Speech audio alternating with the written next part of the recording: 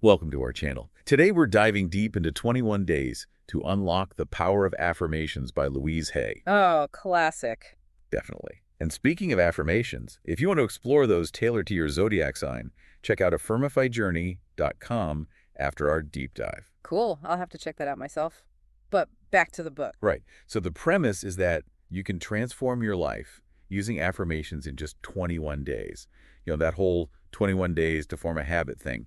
Each day focuses on a different aspect of life, like health, relationships, prosperity, all that good stuff. What I appreciate about Hay is that she goes beyond just giving you a list of affirmations. She really breaks down the why and how, which is super helpful, Yeah, especially for those who might be, a little skeptical. totally. Like me, honestly. I always thought affirmations were all about, like, just forcing yourself to think positive thoughts. Yeah.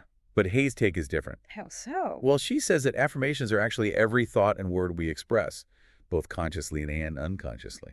Whoa. Okay. So it's not just about like saying, I'm abundant in the mirror every morning. It's about every little thing that comes out of our mouths and our heads for that matter. Exactly. So all those complaints we make, those negative self-talks, those are affirmations too, shaping our reality without us even realizing it. That's kind of a scary thought, isn't it? It is. And that's where her analogy of the soil and plants comes in. Good soil, thriving plants. It's the same with our minds.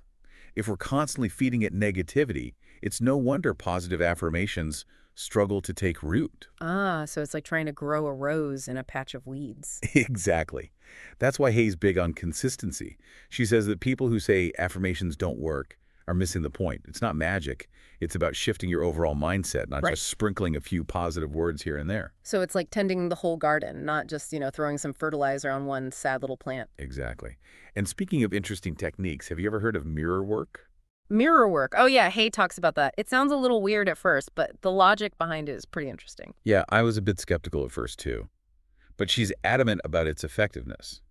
She believes it's the best way to confront your own resistance. Right. Because looking yourself in the eye while saying affirmations forces you to really confront those negative beliefs. It's like revisiting all those critical messages we've heard throughout our lives, especially from childhood, Yeah. the ones that really stick with us. It's like holding up a mirror, not just to your physical self, but also to those deep-seated beliefs that might be holding you back. Yeah, and it can be pretty intense. Hay suggests using specific phrases like, I release all criticism or I choose to see myself with love, stuff like that. She believes that addressing your reflection directly really helps break down those ingrained negative beliefs more effectively. Interesting. It kind of makes sense, right? Like you're directly challenging those voices from the past. Yeah.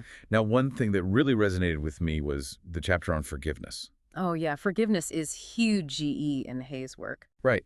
And her approach isn't about letting the other person off the hook. It's more about freeing yourself from the burden of resentment.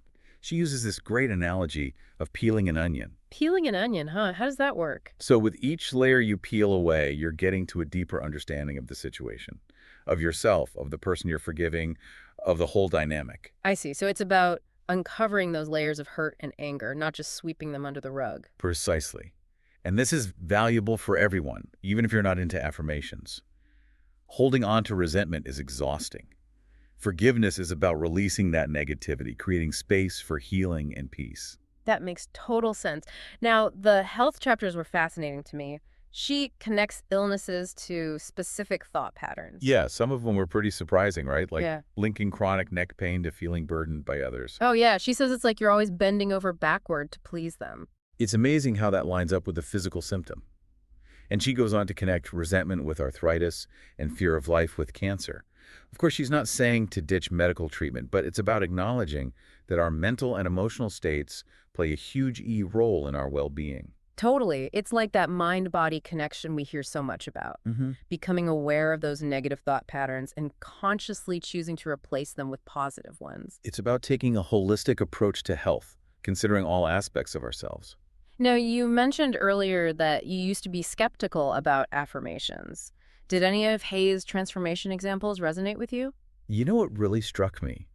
The practical examples, like how changing affirmations can shift things in your life, even things like body image. Like she talks about someone constantly affirming, I'm so fat. Oof. Yeah, that's a tough one. But they shifted to, I'm willing to release the need to be overweight. It's not about magically becoming thin overnight.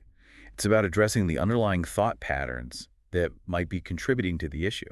That's powerful. And what I find compelling is that Hay doesn't just talk about these things abstractly. She shares her own experiences, which makes it so much more relatable. Absolutely. Speaking of which, we can't forget about her views on aging.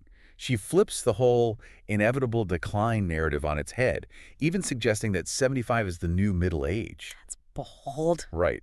And what's inspiring is that she walks the talk. Started Hay House in her 50s, took up art at 70. It's like she's saying, hey, it's never too late to start something new, explore different sides of yourself. It really is. She constantly challenged those limiting beliefs about what's possible as we age, and her life is an amazing example of that. It all goes back to that core principle. You have the power to choose your thoughts, and therefore, your reality. Even aging can be approached with a whole new sense of possibility. Yeah. It's about recognizing that we have more agency than we might think. I love that. Me too. So now that we've covered some of the basics, what are some of the things that really stood out to you as you were reading? What are some of the things that you're excited to dive deeper into? Oh, there's so much. Like, I'm really curious about the practical side of things. How do we actually apply these principles in our daily lives? How do we make affirmations a habit? Those are great questions. And those are definitely some of the things that we're going to be exploring in more detail in the next part of our deep dive. Awesome. I can't wait. Me neither. So for everyone listening, stay tuned for part 2 of our deep dive into Louise Hay's 21 Days to Unlock the Power of Affirmations. We'll be back soon with more insights and inspiration to help you transform your life, one affirmation at a time. See you then. Bye. So, picking up where we left off, I think one of the coolest things about Hay's work is how she emphasizes lifelong growth. I mean, think about it. Starting Hay House at 50, taking up art in her 70s. Yeah, talk about walking the talk. It's like she's saying age is just a number. It doesn't have to limit us. Totally. And that ties in perfectly with her view on health. She believes our bodies have this incredible ability to heal themselves, but sometimes it's our thoughts and beliefs that get in the way. Like, we're sabotaging our own well-being. So how do we get out of our own way? What are some of the techniques she suggests? Well, she's a big advocate for visualization, like Yeah. really picturing yourself as healthy, vibrant, feeling those emotions as if it's already happening. So it's more than just thinking positive. It's about embodying that energy, feeling it on a deeper level. Exactly. And this applies to all areas of life, not just health. Want to attract more abundance? Visualize yourself living that life, feeling the gratitude, the joy, as if it's already yours. Okay, that makes sense. But what about those times when those pesky negative thoughts creep in? The self-doubt, the fear. How do we deal with that? Hayes got some great strategies for that, too. It all starts with awareness, noticing those thoughts without judgment, and then consciously choosing to replace them with more positive, empowering ones. It's like we're training our minds, building a mental muscle. The more we practice choosing positive thoughts, the stronger that muscle gets. Exactly. It's a process, though. Not about beating ourselves up when those negative thoughts pop up. Just recognize them, acknowledge them, and gently redirect our focus. So it's like being our own cheerleader, offering ourselves support even when we mess up. Totally. And speaking of support, we can't forget about forgiveness. Hay has this awesome quote. Holding on to resentment is like drinking poison and expecting the other person to die. Wow, that's powerful. Really highlights how forgiveness is ultimately about freeing ourselves, not the other person. Right. And she has some practical tips for cultivating forgiveness, like writing a letter to the person you need to forgive, getting all those feelings out, and then literally burning it. That's interesting. It's like a physical act of release, Yeah. letting go of that negativity. Exactly. And remember, forgiveness doesn't mean condoning what happened. It's about choosing to release that pain so you can move on unburdened. So we've talked about healing, forgiveness, visualization, all this inner work. Yeah. But how does that translate to real changes in our lives, in the outside world? How do we bridge that gap between thought and action? That's where goal setting comes in. Hay encourages readers to identify their dreams, those things that light them up, and then set clear goals to achieve them. So it's not enough to just daydream. We need to take action. Right. Hay says a goal without a plan is just a wish. She provides a framework for breaking down those big dreams into smaller, manageable steps, creating action plans, holding ourselves accountable. So it's about translating those positive affirmations into tangible actions.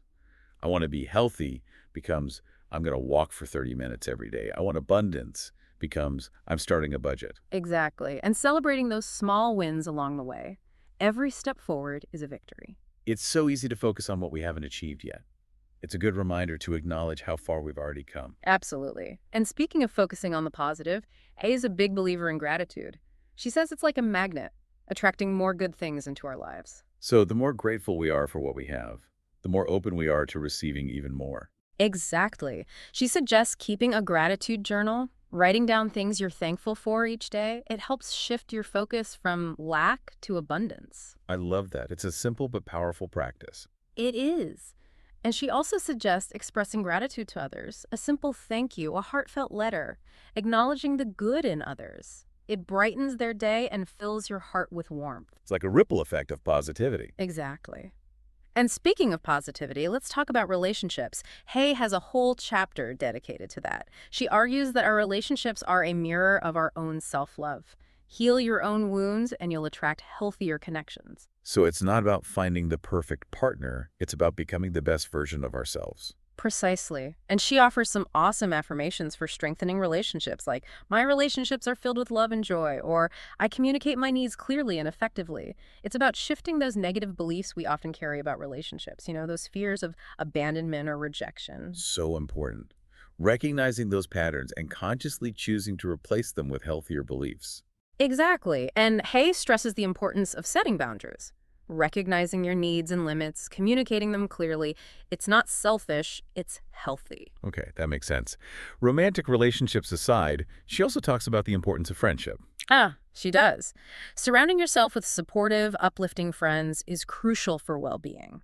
She offers affirmations for attracting those kinds of friends, like, I am surrounded by loving and supportive people, or my friendships are based on mutual respect and understanding. It's like choosing your own personal cheer squad, people who nourish your soul and support your growth. Exactly. And being a good friend in return. Friendship is a two-way street, requiring effort from both sides. Totally. So we've covered healing, relationships, gratitude, and so much more. But what about those times when we feel stuck, when fear is holding us back? Ooh, fear is a big one. And you're right, Hay doesn't shy away from it. She dedicates a whole chapter to overcoming fear. So what's her take on it? She sees fear as a natural human emotion, but it doesn't have to control us. She offers techniques like identifying the root of our fears, reframing our perspective, and taking baby steps outside our comfort zone. So it's not about pretending we're not afraid. It's about acknowledging those fears and moving forward anyway. Exactly. She wants us to see fear as an opportunity for growth. Even in adversity, there's always something to be learned. It's about shifting from feeling like a victim to feeling empowered. Love that. Like, you've got this. You're stronger than you think. Exactly.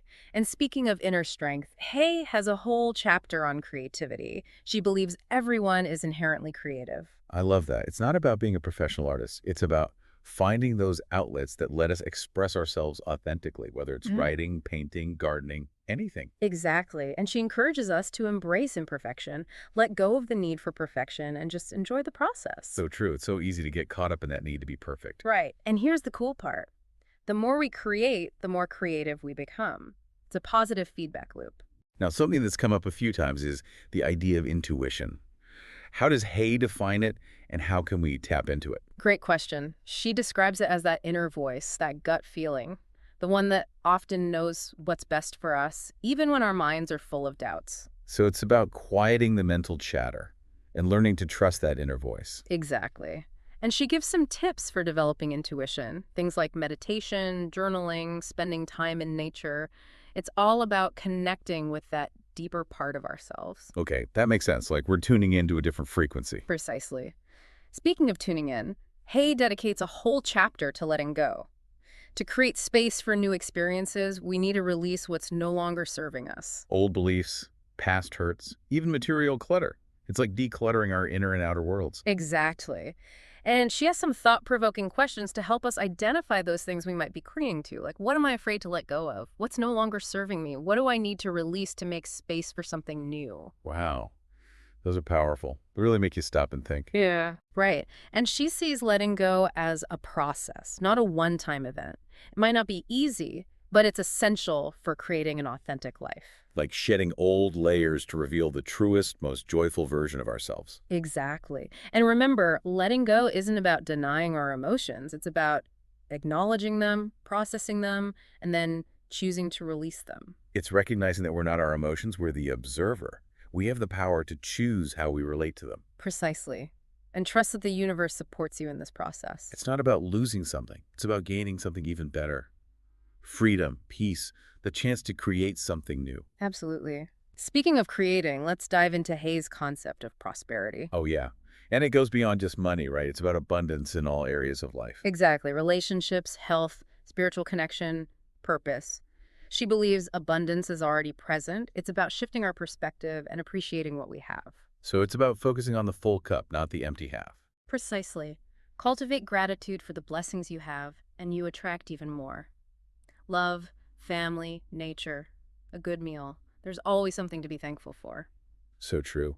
And I love that she sees prosperity as more than just material wealth. It's about that feeling of richness and fulfillment in all areas of life. Right. Feeling aligned with your purpose, connected to your passions, surrounded by love. It's about that holistic sense of well-being. And of course, she does have affirmations for attracting financial abundance, too. Of course, like I'm a money magnet, right? Yep. It's about shifting that mindset from scarcity to possibility, believing in your ability to create wealth, and trusting the universe to support you. Okay, that makes sense.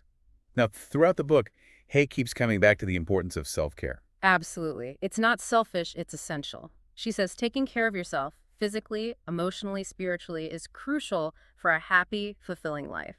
So it's about recognizing that we can't give to others if we're running on empty ourselves. Exactly. And she gives practical tips for incorporating self-care into your routine. Sleep, healthy food, nature. It's all about honoring your needs. It's not about following some strict set of rules. It's about finding what works for you, creating a self-care routine that feels good and sustainable. Absolutely. It's an investment in your well-being, not a luxury. Speaking of well-being, let's talk about how Hayes suggests we handle those really tough emotions. Anger, sadness, grief. Those are inevitable parts of life. Yeah, those are the hard ones. So how do we deal with them in a healthy way? Well, first and foremost, acknowledge them. Allow yourself to feel those emotions fully, without judgment. So don't try to push them down or pretend they're not there. Yeah. Give them space to just be. Exactly. Hay believes that when we resist our emotions, they only get stronger. When we allow ourselves to feel them, they often start to dissipate on their own. It's like they need that space to breathe. Right. And she has techniques for processing those emotions. Journaling, talking to someone you trust, spending time in nature. It's about finding healthy outlets. So it's about expressing those emotions in a way that feels safe and supportive. And remember to be kind to yourself. It's okay to feel those things. It's part of being human. Yeah, those tough emotions don't mean we're weak, they mean we're alive. Exactly. Now, throughout our deep dive, one theme keeps popping up: personal responsibility. Right. It's about recognizing that we have the power to choose our thoughts, beliefs, and actions. And those choices shape our reality. It's empowering. We're not just victims of fate, we're active creators of our own lives. And Hay doesn't shy away from the tough stuff, like negative emotions or self-sabotage. Right. She gives tools for navigating those challenges, encouraging compassion and understanding. Like learning to express emotions healthily, setting boundaries, forgiving ourselves and others. And it's okay to ask for help. We don't have to do it alone. So it's not about pretending to be perfect. It's about embracing the full human experience, using affirmations to navigate those challenges with grace and resilience. Exactly. And I think that's what makes Hay's work so relatable. It's not about some unattainable ideal. It's about using affirmations to support our growth, wherever we are on our journey. It's a reminder that we're all works in progress, and that's perfectly okay. Now, something that really struck me throughout the book is Hay's unwavering belief in the power of love.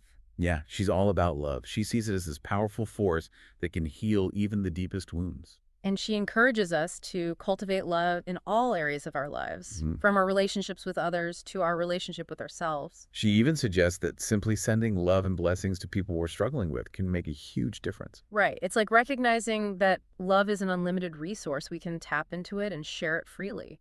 And it's not about being sentimental or weak. It's about strength and courage, choosing compassion over judgment, even when it's hard. Exactly. And she provides techniques for cultivating more love in our lives, practicing gratitude, being kind, looking for the good in others. It's recognizing that love isn't something we find outside ourselves. It's something we create within.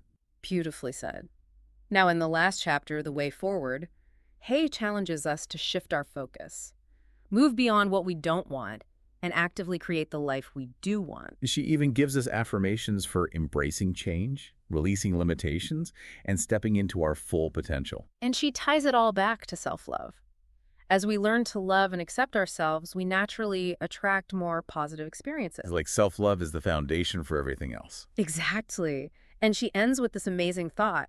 The future can be even more fulfilling than the present if we align our thinking with the universe. It's a call to action, an invitation to step into our power. I love that. It's like she's saying, the possibilities are endless. Go create your happy ending. Right. And don't forget to have fun along the way. Don't take yourself too seriously. Find the humor in the challenges. It's all a journey. So true. It's not about reaching some imaginary finish line. It's about enjoying the ride. And she provides a range of techniques for identifying and transforming limiting beliefs, including questioning their validity, reframing them in a more positive light, and replacing them with more empowering beliefs. She even suggests writing down those limiting beliefs and then physically tearing them up or burning them as a way of letting go. It's a symbolic act, but it can be really powerful. It's about taking concrete steps to break free from those old patterns and making space for something new to emerge. I love that. It's like we're taking charge of our own minds, rewriting the script. Exactly. And Hay emphasizes that it's a process. Transforming beliefs takes time. It requires patience, persistence, and a willingness to really challenge those deep-seated assumptions. So it's not about forcing ourselves to believe something we don't truly resonate with, but about gradually shifting our perspective, making room for new possibilities. Precisely. And speaking of possibilities, Hay has a whole chapter on creativity.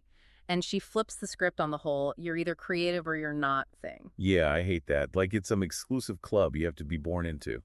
Right. But Hay's like, nope, everyone is inherently creative. It's just a matter of tapping into that potential. So it's not about being Picasso or Mozart. It's about finding those things that light us up, whether it's writing, dancing, cooking, whatever. Exactly. And she encourages us to experiment, to play, to embrace the messiness of the creative process, let go of perfectionism, and just create for the pure joy of it. Oh, that's so important. Perfectionism can be such a creativity killer. Totally. And the coolest thing is, the more we create, the more creative we become. It's like exercising a muscle. The more we use it, the stronger it gets. I love that. It's like permission to just play and explore without judgment. Exactly. And speaking of letting go of judgment, one of the things I really appreciate about Hay's work is how she blends practical advice with spiritual principles. Right. She doesn't just talk about airy-fairy concepts. She gives us tangible tools. Exactly. It's about grounding those spiritual principles in everyday actions, things we can actually do to make a difference. And she always brings it back to self-love, reminding us that we're worthy of happiness, abundance, fulfilling relationships, all of it. Absolutely. It's not about earning those things or proving ourselves. It's about recognizing our inherent worthiness and allowing those blessings to flow into our lives. It's a message of empowerment. We have the power to create the life we want, one thought, one belief, one action at a time. I love that. It's so easy to get caught up in the daily grind and forget that we actually have a lot more control than we think. Absolutely. But Hay's book reminds us that we are not just victims of our circumstances. We can choose our thoughts, our beliefs, and ultimately create the reality we desire. And affirmations are a powerful tool for doing just that. By consciously choosing to focus on positive statements, we can literally reprogram our minds for greater happiness and fulfillment. It's like we're planting those seeds of positivity and watching them grow. And speaking of growth, if anyone's looking for more support on that journey, be sure to check out Affirmifyjourney.com. They have tons of great resources, including those personalized affirmations based on your zodiac sign. It's a fantastic resource for anyone who's ready to dive deeper into affirmations and personal transformation.